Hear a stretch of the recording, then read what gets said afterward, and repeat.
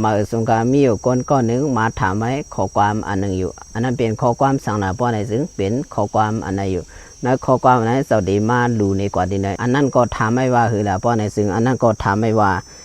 มาสงครามเมื่อหนังว่ากวนข้านว่าซ้ำไรอยู่หลายมีสังเขาเปี้ยเกี่ยวกวนไก่เป้สึงไรตุกข้าว่าหากินว่ามีเย้าซ้ำโกโคนาเฮินไรยอมกว่าปอบสั่งเป็นนั้นนาเฮินกวนมีแลกวนผ่านเปลี่ยนสั่งเขาเป้เปลืองกันเฮ็ดวิดีโอเสตอบปันพองค้าในเสถามมาไว้ในข้อความอันไหนอยู่ที่เตในข้อความอันมีแลอันผ่านอันว่านั้นข้อตอบมันก็ปากว่าในข้อถามใน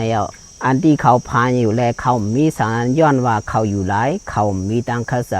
กวยกะอันนำไรอยู่หลายนั่นแต่เป็นสังไรเขามีป้อนไหนซึ่งก็ว่าเขาอยู่หลายเขาคัดเสกำนั้นข้อความอันลองอย่าอันตีว่าเกี่ยวนั้นเป็นสังกวนผ่านเขาซ้ำเกี่ยวอำไรเหตุการณ์สั่งกวนมีเขาซ้ำไรตุกค้าสู่มีตังเกี่ยวอันว่านั้นตีได้การเกี่ยวแหลมเกี่ยวอันว่านั้นมันนำเสียงดังเงินคำมันเสียงดีละมันเสียงตีโหใจเขาหมอไว้วางเสาซึ่งหือกวยการเกี่ยวแลกการเงินคำในเปลี่ยนก็ลองอยู่เพราะว่าเขาไว้เสาว่าเขาตีไว้เสาเกี่ยวเขาตีไว้เสาซื้อป้อนในซึ่งมันมีเงินน้ำมีเงินปอเสาปอสายก็มันตื่นตีเกี่ยวก็ว่ามันไว้เสามันตีอ่านไว้เสาเกี่ยวตีอ่านไว้เสาซื้อว่าตีมีเงินนำตาหนึ่งก็ยาวปอมันไว้เสามันตุกปอวันไว้เสามันมีตังซื้อปอวันไว้เสามันเป็นสุกยุ่งกว่าป้อนในซึ่งเฮ็ดถือก็มันตีมีตังซื้อการเกี่ยวแหลมเกี่ยวอันว่าในมันเสียงดังเงินมันเสียงกันดังตีเฮาไว้วางสายกวยเกี่ยวเลยลองในเสียเจ้าเดมาลานีอันโตทบเจ้าปอหนึ่งอันนั้นก็มือเจ้าที่ก็เล็กๆเปลี่ยนกวนเฮือนอยู่นั่นเมื่อนั้นซ้ำเปลี่ยนปล่อยตีวานอยู่เพราะว่าเปลี่ยนปล่อยตีวานเนาะปล่อยเมืองเฮาอันว่าในใกล้เปลี่ยนกัน2วันอยู่วันหนึ่งในได้เปลี่ยนวันหับขามแขกเที่ยงวันหนึ่งในซ้ำตีเปลี่ยนวันหรือวันตาในเสียตีเปลี่ยน2วันอยู่ก็เมื่อนั้นเจ้าเขาก็ตึกก็เรียกแล้วใครกว่าหลีป้อยเมื่อถึงกลางคำนั้นเปิ้นก็เปลี่ยนป้อยอยู่เจ้าก็จังก็ย้อนเงินปอแม่เสียกว่าป้อย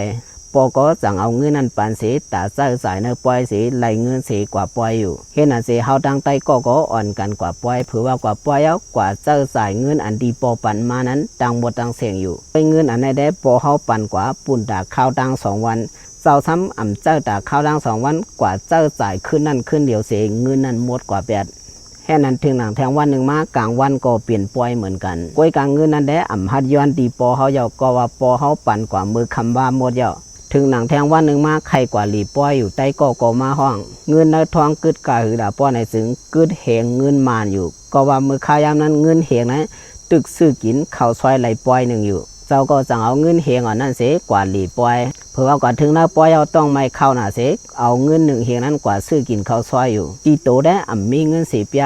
มีเงิน10กวยกับปมาถามว่ามื้อนั้น2เกี่ยว5ในเกี่ยวเนื้อสาวในมีต้องตุกสั่งปีกสมาเจ้าเก่าในมีเงิน10 ปีว่าในสิตามือไล่หลีปล่อยไล่หันเปิ้นกาไล่ปั่นเปิ้นห้องความอยู่นั้นเนื้อสาวเก่าในเกี่ยวเหมือนเก่ากวยไต้ก็เจ้ามังก็เหมือนนั้นกวยมังก็ปามาเงินน้ำมังก็ปามาเงินมังก็ปาก็มีกวยตีเขามาหลีป้อยอยู่นั้นเขาเกี่ยวเหมือนกันกูก็กวยกาตีโตเขาได้มีเงิน10 ปีกวยกาตั้งเกี่ยวนั้นเหมือนกันกวยตีในใครลาดว่าเฮลาป้อนในสิ่งลองเกี่ยวนั้นมันอยู่ที่เงินมันอยู่ที่สายเฮากวยสายเฮาตีไว้เกี่ยว5ใบเกี่ยว5หมอกนั้นกวยตีในตีมาแถมบันตั้งหูแตงอีกหนึ่งก้นมีเงินอันว่าในสร้างไรนาเล็กสร้างไรหยาพืชสร้างไรเปิ้นปอตัวหันถึงเฮาสร้างเปลี่ยนมาเปิ้นไข่หูจักเฮาสร้างเปลี่ยนมาเปิ้นไข่เข้าสามเฮาสร้างเปลี่ยนมาเปิ้นไข่อยู่สามเฮาสร้างเปลี่ยนมาไรเสาเล็กไรนาเล็กอยู่อย่าเวลาสร้างเมื่อหนังความใต้เขาว่านั้นพอเป็นลูกสัตว์เทเนเปิ้นจูบเปิ้นโนมเปิ้นพอเป็นลูกก้นผ่านซ้ำเปิ้นป้าโผเปิ้นลูกโผอันว่านั้นเงินอันว่าในก็เปลี่ยนอันลำร้องในภาวะเฮาอยู่ป้อมมีเงินในใครซื้อสังคมไรซื้อใครกินสังคมไรกินเต้ใครนุ่งสังคมไรนุ่งเต้ใครมีเหมือนเปิ้นก็มีไรเต้ปีสว่างเงินในจะลองอันเทียบตันลองตั้งเกี่ยวว่าในสิตามันเป็นอันลำร้องลองอยู่ลองกินในภาวะเฮาลองเกี่ยวอันว่าในเสียงกันตั้งเงินคำมันอยู่ที่ว่าเฮาตีไว้ใส่เฮาเกี่ยวเกี่ยวกวยก็อย่าไปลืมว่าก็อันมีเงินนั้นใกล้ไรนาเล็กเปิ้นใกล้ทางเล็กตอนนั้นคัดเสหามังมีเสไว้เสเฮาเจ้าเก่านั้นเฮามีตังเซอไหนวนว่าข้อตอบอันไหนตีเป็นข้อตอบดีปุ่นดาก็ถามมาได้อยู่เสาเฮาเสียงติงอ่อนมาสุงกูก็ค่ะ